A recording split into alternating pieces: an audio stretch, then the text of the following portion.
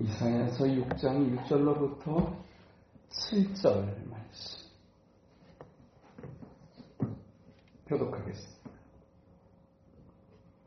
우시야 왕이 죽던 해에 내가 본즉 주께서 높이 들린 보좌에 앉으셨는데 그의 옷자락은 성전에 가득하였고 사람들이 모시고 섰는데 자기 옆에 날 때가 있어 붓으로는 자기의 얼굴을 가리었고 붓으로는 자기의 발을 가리었고 붓으로는 날며 서로 불러 이르되 거룩하다 거룩하다 거룩하다 만군의 여호와여 그의 영광이 온 땅에 충만하도다 하더라.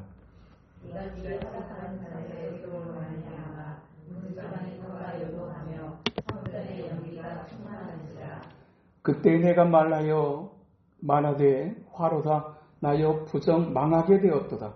나는 입술이 부정한 사람이요 나는 입술이 부정한 백성 중에 거하면서 만군의 여호와이신 왕을 배웠음이로다 하였더라. 그때 그 사람 중에 하나가 젓가락으로 제단에서 분만하다가 흰 숯을 손에 가지고 내게로 날아와서 그것을 내 입술에 대며 이르되 보라 이것이 내 입에 닿았으니 내 악이 제하여졌고 내 죄가 사하여졌느니라 하더라. 아멘. 오늘 이사야서 6장 1절에서 7절의 말씀의 제목으로 불안하고 고통스러운 날에라고 하는 제목을 붙여봤습니다. 불안하고 고통스러운 날에. 오늘 본문은 이렇게 시작합니다. 우시야 왕이 죽던 해. 이 우시야 왕은 남쪽 유다의 10대 왕으로서 남쪽 유다를 52년 동안이나 다스렸던 아주 남쪽 유다의 여러 왕들 가운데서도 아주 뛰어난 왕 가운데 한 사람이었습니다. 그가 탁월한 리더십을 가지고 52년 동안 남쪽 유다를 다스리면서 정치, 경제, 사회, 문화 전반에 걸쳐서 탁월한 리더십을 발휘했고 그로 말미암아 나라는 굉장히 강성한 때를 지날 수 있었습니다. 그렇게 나라의 강성해지는 그 하나님의 은혜를 경험하면서 50여 년을 살아가던 중에 그의 마음이 그 하나님의 은혜로 또 그렇게 주변의 나라들을 잠재우고 또 나라를 굉장히 강력한 나라로 만들어가던 그런 하나님의 은혜 앞에 그가 처음에는 굉장히 겸손하게 하나님을 섬기면서 예배하고 하나님을 두려워할 줄 알며 그렇게 나라를 백성들을 잘 섬기고 그렇게 다스리는 삶을 살아가다가 그의 노년에 그의 마음이 교만해지기 시작합니다. 그의 마음이 교만해져서 했던 일이 제사장만이 할 수 있는 일을 자기가 하겠다고 나서게 된 일이었습니다. 제사장만이 하나님 앞에 나아가 피해 제사를 드릴 수 있는데 자기가 그 일을 대신하겠다고 자기가 가지고 있는 재물을 가지고 하나님 앞에 나아갔다가 하나님의 진노를 받아가지고 나병, 문둥병에 걸리게 됩니다. 그렇게 문둥병에 걸리게 될 뿐만 아니라 그 일로 인해서 이 우시야 왕은 성전 출입을 금지당하게 됩니다. 하나님과의 교제가 끊어져 버리는 노년을 살게 되다가 그렇게 정말로 한때는 너무너무나 잘했고 너무너무나 귀했고 너무너무나 탁월했던 그 왕이 나중에는 나병에 걸려서 신음하다가 결국 죽고 맙니다. 그때가 BC 740년경입니다. 그런데 그 우시야 왕의 사촌이 누구냐? 이사야 선지자입니다. 그러니까 선지자 이사야가 사촌이었다는 얘기는 이 선지자로서 하나님의 부름을 받았던 이사야였지만 이 이사야도 원래 왕족 출신이었다는 것을 얘기합니다. 왕족으로서 사촌이었기에 우시야의 왕의 그 다스림을 옆에서 보면서 또 친구처럼 함께 형제로서의 우애를 다지면서 그렇게 태평성대를 누리고 있던 중에 이 친구가 갑자기 마음이 교만해지기 시작하더니 제사장이 하는 일을 대신하려 하다가 갑자기 나병에 걸리고 맙니다. 성전 출입도 금지당하고 그렇게 초라하게 죽어버리는 이 자기의 사촌 형제였던 우시야의 모습을 보면서 가장 충격을 받을 수 있었던 사람이 바로 이사야였습니다.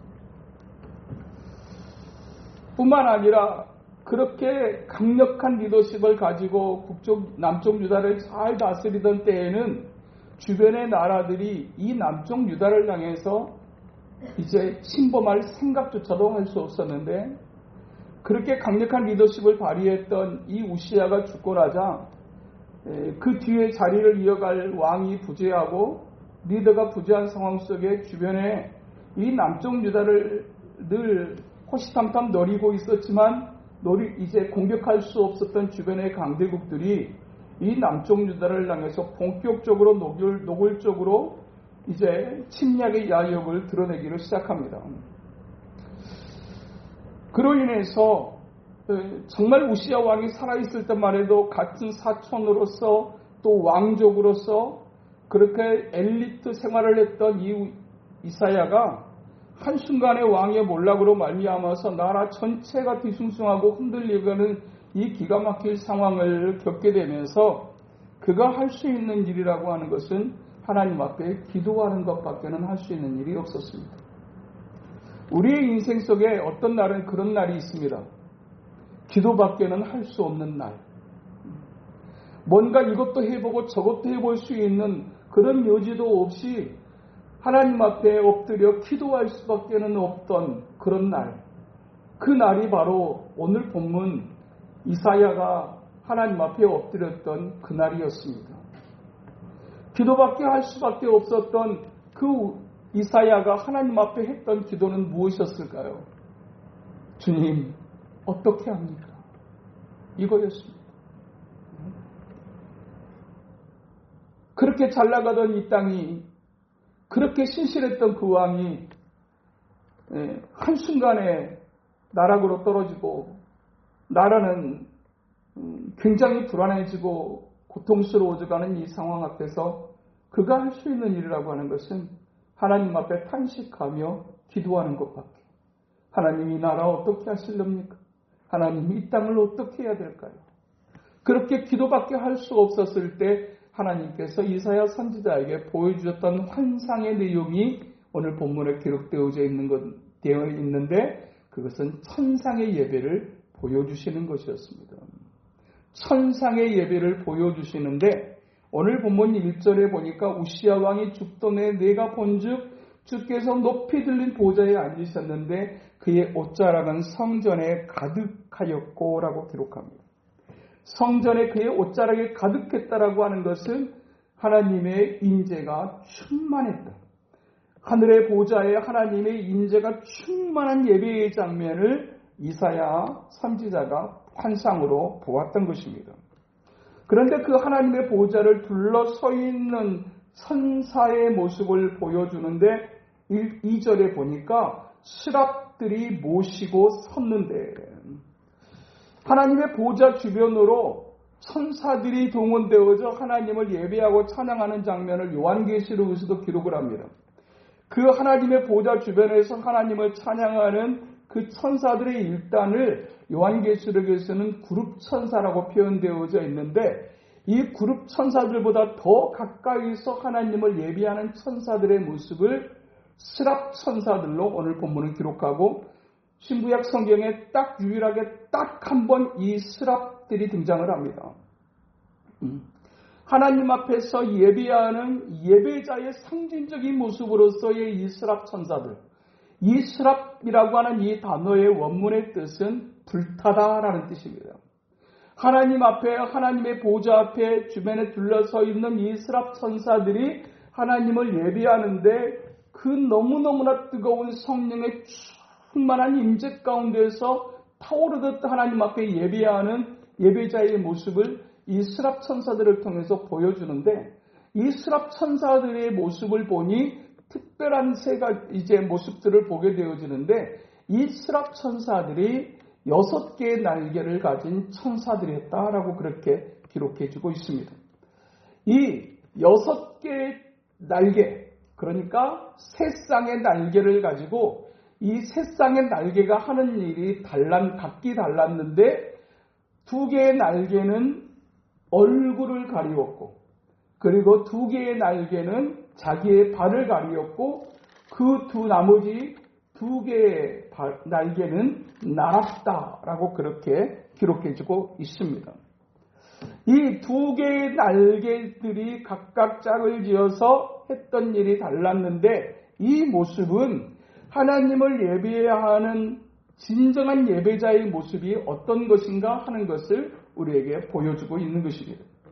이 첫 번째로 이 스랍 천사들이 2 날개를 가지고 자기 얼굴을 가리웠다라고 하는 것은 감히 하나님의 얼굴을 들여다볼 수 없을 정도로 놀라운 영광 속에 하나님을 경외하는 예배자의 모습을 상징적으로 이 2 날개로 얼굴을 가리우는 이 천사의 모습을 통해서 우리에게 보여주는 것입니다.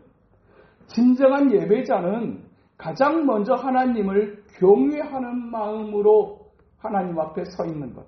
이것이 진정한 예배자의 모습인 것을 성경은 기록해 줍니다. 신약시대로 넘어와서 예수 그리스도를 통해서 하나님을 아버지라고 부르고 더 나아가서는 아빠라고 부를 정도로 아주 친근한 이미지로 신약시대에는 이제 하나님이 표현되어져 있지만, 구약시대만 해도 하나님은 너무너무나 거룩하여 감히 쳐다볼 수도 없는, 그리고 그의 이름을 부르는 것조차도 두려워할 정도로의 경외심을 가지고 구약의 하나님의 사람들은 하나님 앞에 있었습니다. 그것을 볼 수 있는 대표적인 이제 모습이 어떤 거냐면, 구약시대 때 하나님의 이름 여호와라고 하는 이 이름을 부르는 것을 굉장히 조심했고 두려워했습니다.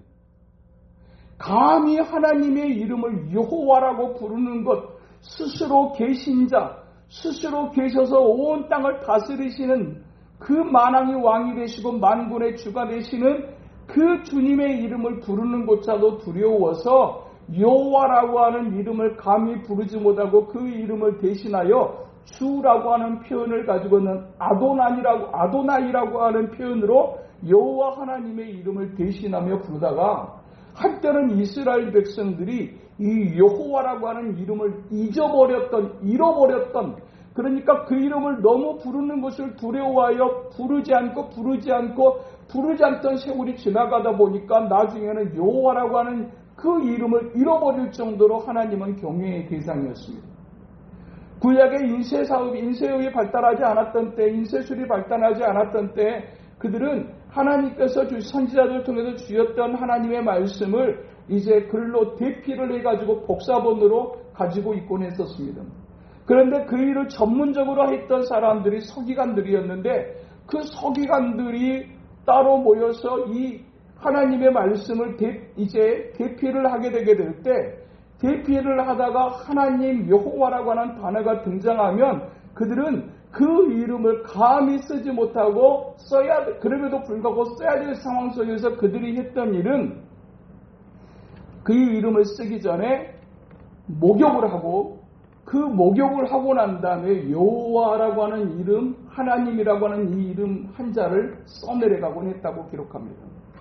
그리고 그 밑에 또 여호와라고 하는 단어가 등장하면 그들은 또 가서 목욕을 하고, 그리고 이제 여호와라고 하는 단어를 한자를 써내려가면서 이제 이 파피루스에, 그리고 양가죽에, 소가죽에 이 하나님의 말씀을 복사본으로 대피를 했다라고 하는 기록을 가지고 있고, 실질적으로 성지순례를 가서 보게 되게 되면 이 쓰는 일을 일을 했던 사람들이 모여서 이제 이 복사본에 이 일을 했던 장소를 보여주게 되는데, 그곳에 가서 보니까 특징이 하나가 있었어요. 이제 산 중턱에 있는 석회암 동굴로 되어져 있는 그 성경을 기록했던 사람들이 거기 모여서 이 하나님의 말씀을 대피를 하는데 그때마다 이제 방금 말씀드렸던 것처럼 여호와라고 하는 단어가 등장할 때마다 목욕을 해야 되잖아요. 그런데 한두 사람이 아니라 여러 사람이 그 일을 한단 말이에요. 그래서 이제 그 목욕하는 곳이 이렇게 마치 칸막이처럼 이렇게 땅을 파여져 가지고 목욕탕으로 쓸만한 목욕탕 정도라고 할 만한 정도의 공간이 한 요 정도, 여기 광대상 정도밖에 안 되는 요 정도 사이즈의 욕탕이 한 3개, 4개 정도가 있더라고요. 그러니까 이제 하나님의 말씀을 쓰던 사람들이 여호와라고 하는 단어가 등장하게 되게 되면 거기 가서 또 목욕을 하고 몸을 씻고 그리고 와서 또 글을 쓰고 또 하나님이라고 하는 단어가 등장하면 또 다시 가서 목욕을 하고 와서 그 여호와라고 하는 단어를 쓸 정도로 구약의 하나님의 사람들은 그렇게 하나님 앞에서 자신들의 이제 그 하나님의 이름을 두렵고 떨림으로 생각했고 바라보았고 기록했다라는 얘기입니다. 진정으로 하나님을 예배한다라고 하는 것은 어떤 것인가? 스스로 계셔서 온 세상을 다스리시는 그 하나님에 대한 경외하는 마음을 가진 사람들이 드리는 믿음의 형식이 무엇인가? 그것이 예배예요. 그리고 그 하나님 앞에 서서 예배한다라고 하는 일은 얼마나 두렵고 떨리는 일인가라고 하는 이 경외심이 이 스랍 천사들이 날개를 가장 먼저 얼굴을 가리우는 이 장면 속에서 우리가 교훈받게 되어지는 것입니다. 그리고 두 개의 또 다른 날개를 가지고 그들이 그 스랍 천사가 했던 일은 자기의 발을 가리운 것이다 라고 이제 기록합니다. 자기의 발을 가리운다라고 하는 것은 겸손과 자기 부인의 의미가 담겨져 있습니다. 지극히 높으신 하나님 앞에서 자신의 모습이 얼마나 연약한 존재이고 초라한 존재인가를 인정하는 행위가 바로 날개로 발을 가리우는 것이었다라는 얘기입니다. 이 천사가 하는 일이 발을 가리우고 그런데 이 천사의 능력이라고 하는 것이 얼마나 대단한 것이었는가 하는 것을 우리가 지난 시간에 히스기야 왕 시대에 하나님께서 18만 5천 명의 아수르의 대군을 앞에 두고 하나님 앞에 기도하게 되게 될 때 하나님께서 한 하나님의 사자 천사를 보내가지고 그 밤에 18만 5천 명을 죽이시는데 그 다음날 아침에 일어나서 보니 18만 5천 명의 아수르의 군대가 다 송장이 되어졌다라고 기록할 정도로 그 천사의 능력은 한 천사의 능력이 그렇게 대단한 이제 능력을 가지고 있는 존재들이었습니다.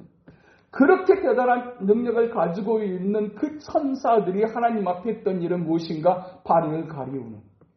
사람이 힘이 없을 때는 겸손하다가 힘이 주어지게 되면 교만하기가 얼마나 쉬운 존재인가 하는 것을 우리는 종종 볼 수 있습니다.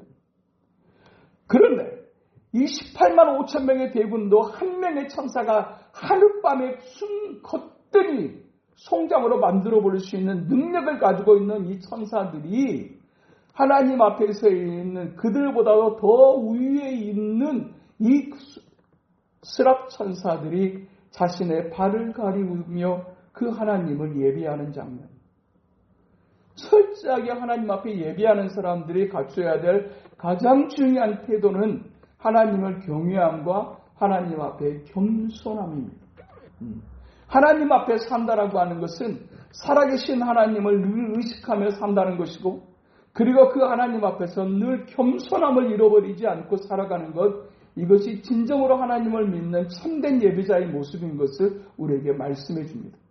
그리고 세 번째 두 개의 더 날개는 날고라고 그렇게 이제 2절 후반에 마지막에 기록하고 있습니다. 날았다라는 얘기는 무슨 얘기일까요? 그것은 하나님의 말씀 앞에 이제 즉각적으로 순종할 수 있는 자세를 상징한다고 신학자들은 일치하게 그렇게 주석을 합니다. 곧 하나님께서 말씀하실 때 하나님을 가장 가까이서 예배했던 스랍 천사들이 날았던 것처럼 하나님의 말씀 앞에 즉각적으로 순종할 수 있는 자세를 취하는 것, 이것이 진정한 예배자의 모습인 것을 우리에게 말씀하고 있는 것입니다. 그런 의미에서 본다고 하면 이 스랍 천사들이 이 세 번째 이 두 날개로 날았던 이 모습은 하나님 앞에 드려지는 진정한 예배는 반드시 삶과 연결되어져 있다는 사실을 우리에게 교훈해 주는 것입니다. 그곳에서 하나님의 이름을 높이고 거룩한 그 이름 앞에 이제 그 수랍의 천사들이 하나님을 찬양하는 장면, 거룩하다 거룩하다 만군의 여호와여 그의 영광이 온 땅에 충만하더라. 이같이 화답하는 자의 소리로 말미암아 문지방의 터가 요동하며 성전의 연기가 충만하다. 그 하나님의 보좌에 울려 펴지는 여호와를 향한 그 찬양이 얼마나 웅장한 오케스트라와 같은 그 찬양으로 가득한 예배였는가 하는 것을 보게 되어지는데, 그러나 그 예배로 끝나지 않고 하나님의 말씀 앞에 즉각적으로 순종할 수 있는 자세를 잃어버리지 않았던 이 스랍 천사의 이 행동이 진정한 예배자의 모습인 것을 오늘 우리에게 보여주고 있는 것입니다. 그런데 오늘 이 말씀 속에서, 이 환상 속에서 우리가 한 가지 하게 되는 궁금증 하나가 있다면 지금 이사야 선지자가 처해 있는 현실입니다. 그렇게 강력한 나라를 구가 만들고 그리고 태평성대를 유지해갔던 이 남쪽 유다가 우시야 왕의 교만과 그의 죽음으로 말미암아서 한순간에 나라가 위태로운 지경에 놓여져 있을 때, 주님 어떻게 해야 합니까? 라고 하는 질문을 할 수밖에 없었을 때 하나님께서 그 한 영으로도 한 천사로도 18만 5천 명의 대군을 물리칠 수 있는 능력을 가지고 있는 그 많은 천사들 중에 하나를 보내서라도 이 주변의 위협으로부터 그 모든 것을 보존하고 보호하는 그 역사로 하나님께서 응답하실 것 같은데, 정작 그 상황 속에서 어떻게 해야 합니까? 라고 그렇게 하나님 앞에 질문할 수밖에 없어서 매달렸던 그 이사야에게 보이시던 첫 번째 하나님의 환상이 뭐였느냐? 예배자의 모습이었다라고 하는 것은, 우리의 인생에 가장 불안하고 고통스러운 날에 우리가 정말로 회복해야 될 것, 집중해야 될 것이 무엇인가를 우리에게 교훈해주고 있는 거라는 이야기입니다. 내 힘으로는 그 어떤 것도 해볼 수 없고 오직 기도밖에는 알 수 없는 그 인생의 고통스럽고 불안한 때에 우리가 정말로 하나님 앞에 집중해야 될 것, 그것이 있다면 진정한 예배자의 모습, 하나님을 경외하는 그 모습으로, 하나님 앞에 겸손하게 엎드리는 그 모습으로, 그리고 주께서 말씀하시면 즉각적으로 순종할 수 있는 자세를 가진 그 모습으로 하나님을 예배하는 그 예배가 불안하고 고통스러운 날에 해야 될 가장 중요한 일이고 가장 첫 번째 해야 될 일이라는 사실을 오늘에게 교훈해주고 있는 것입니다. 그리고 나서 그렇게 하늘의 영광스러운 예배를 보고 있던 이사야 선지자가 갑작스럽게 자신의 입을 치듯이 하면서 하는 말이 오늘 본문 5절에, 그때 내가 말하되 화로다 나여 망하게 되었도다. 나는 입술이 부정한 사람이요 나는 입술이 부정한 백성 중에 거주하면서 만군의 여호와이신 왕을 배웠음이로다. 자신을 향해서 내가 망하게 되었다라고 고백하는, 그것은 무슨 얘기입니까? 겉으로 보게 되게 되면 이 이사야는 말씀드렸던 것처럼 왕족 출신으로서 엘리트의 계통의 공부와 과정을 밟았던 사람이었습니다. 정말 여러 가지 측면에서 그 누구에게도 뒤지지 않을 만큼의 스펙을 가지고 그리고 하나님 앞에서의 삶을 살았던 그 이사야가 정작 하나님의 영광스러운 예배를 경험하게 되면서 발견하고 깨달게 됐던 것은 자신의 부정한 모습을 깨달았다라고 하는 것입니다. 우리가 예배 속에서 받을 수 있는 여러 종류의 은혜들이 우리에게 있지만 정말 우리가 예배 속에서 받아야 될 은혜 가운데 하나가 있다면 그것은 자신의 모습을 들여다볼 수 있는 것입니다. 내가 하나님 앞에서 어떤 존재인가를 깨달을 수 있는 것, 이것이 예배를 통해서 받는 은혜 중에 아주 중요한 부분이라는 사실을 우리가 선지자 이사야의 고백을 통해서 우리가 보게 되는 것입니다. 남들이 보게 될 때는 대단한 사람, 고상한 사람, 그럴 때 보이는 사람이었지만 하나님 앞에서 진정한 예배자의 예배의 모습을 보게 되게 될 때 그가 비로소 눈이 열려 자신의 그 망할 수밖에 없는 부정한 자신의 모습을 보고서 하나님 앞에 엎드릴 수밖에 없었던 것. 이것이 진정한 예배자의 모습이고 예배 속에서 우리가 나타나야 될, 경험해야 될 은혜라는 사실을 우리에게 교훈해주고, 그리고 나서 하나님께서 하시는 일이 무엇이었습니까? 우리가 읽지 않았지만 바로 이어서 8절에 보면 내가 또 주의 목소리를 들으니 주께서 이르시되 내가 누구를 보내며 누가 나를 위하여 갈고 하시니 그때 내가 이르되 내가 여기 있나이다 나를 보내소서 하였더니. 하나님 앞에서의 진정한 예배의 모습이 무엇인가?